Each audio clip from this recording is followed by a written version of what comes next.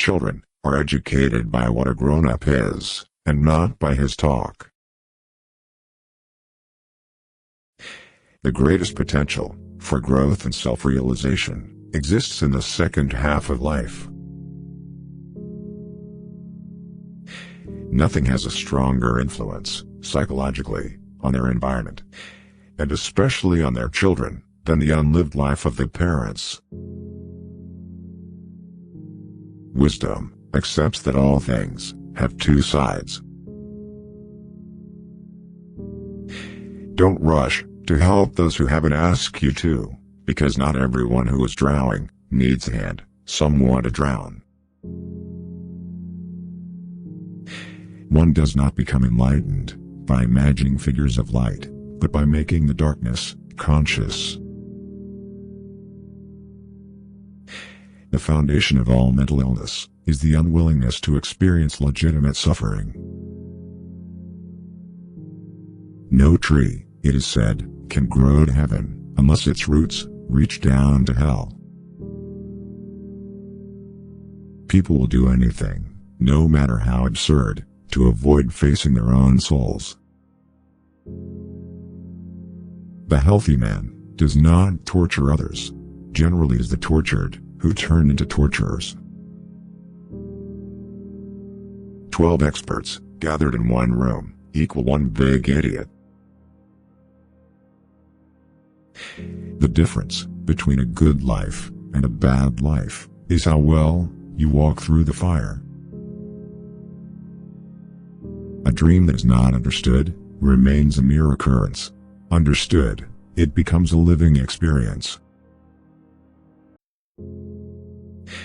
The least of things with a meaning is worth more in life than the greatest of things without it.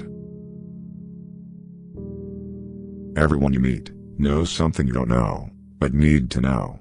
Learn from them.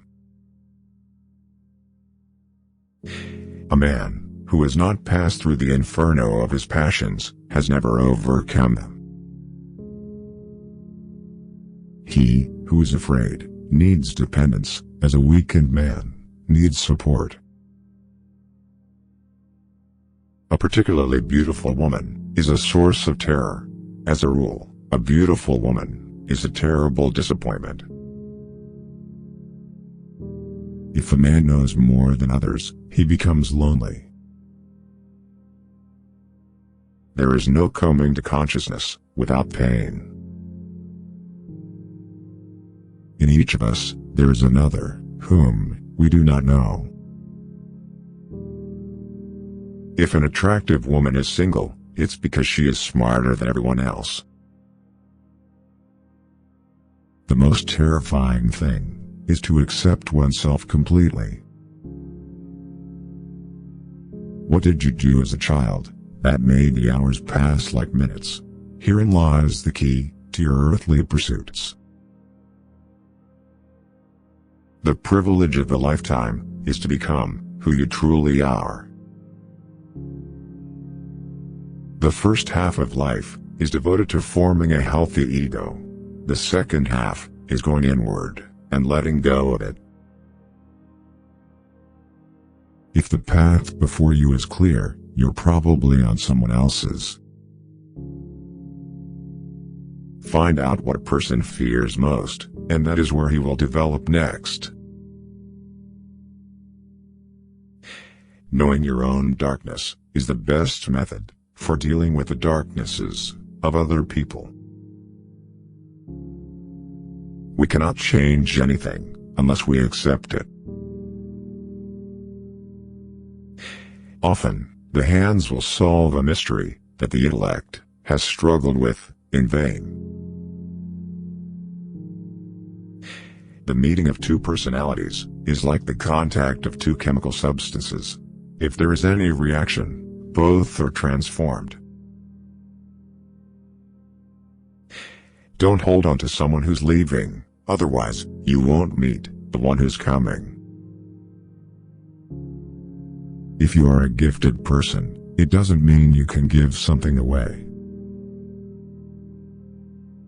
The shoe that fits one person pinches another. There is no recipe for a living that suits all cases. Everything that irritates us about others can lead us to a better understanding of ourselves.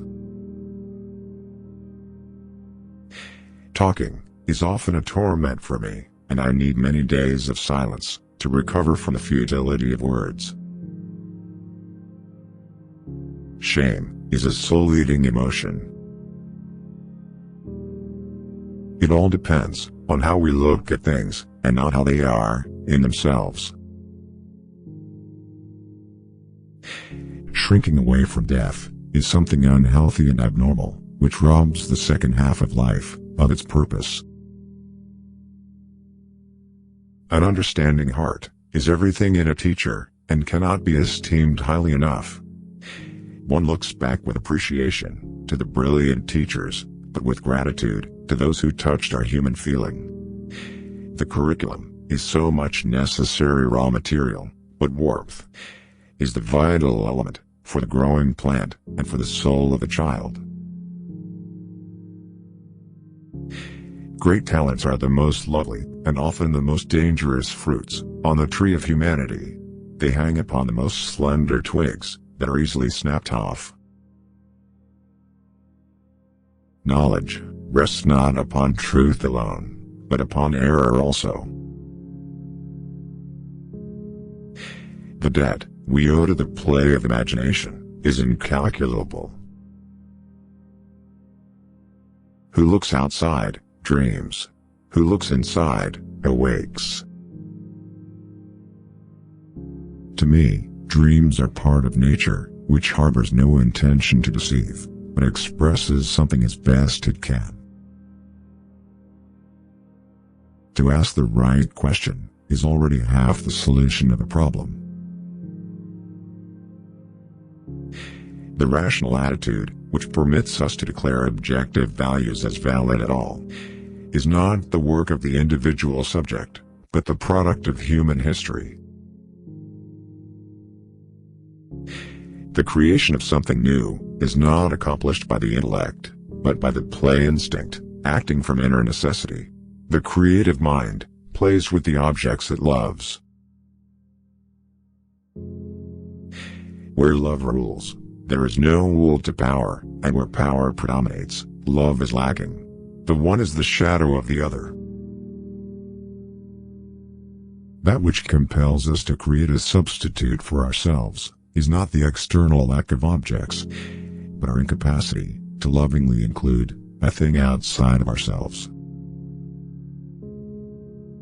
Creative powers can just as easily turn out to be destructive. It rests solely with the moral personality. I have always been impressed by the fact that there are a surprising number of individuals who never use their minds, if they can avoid it, and an equal number who do use their minds, but in an amazingly stupid way.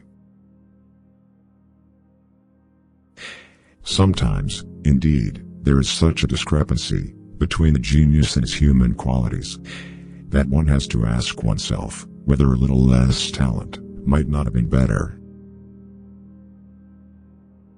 The capacity for directed thinking, I call intellect.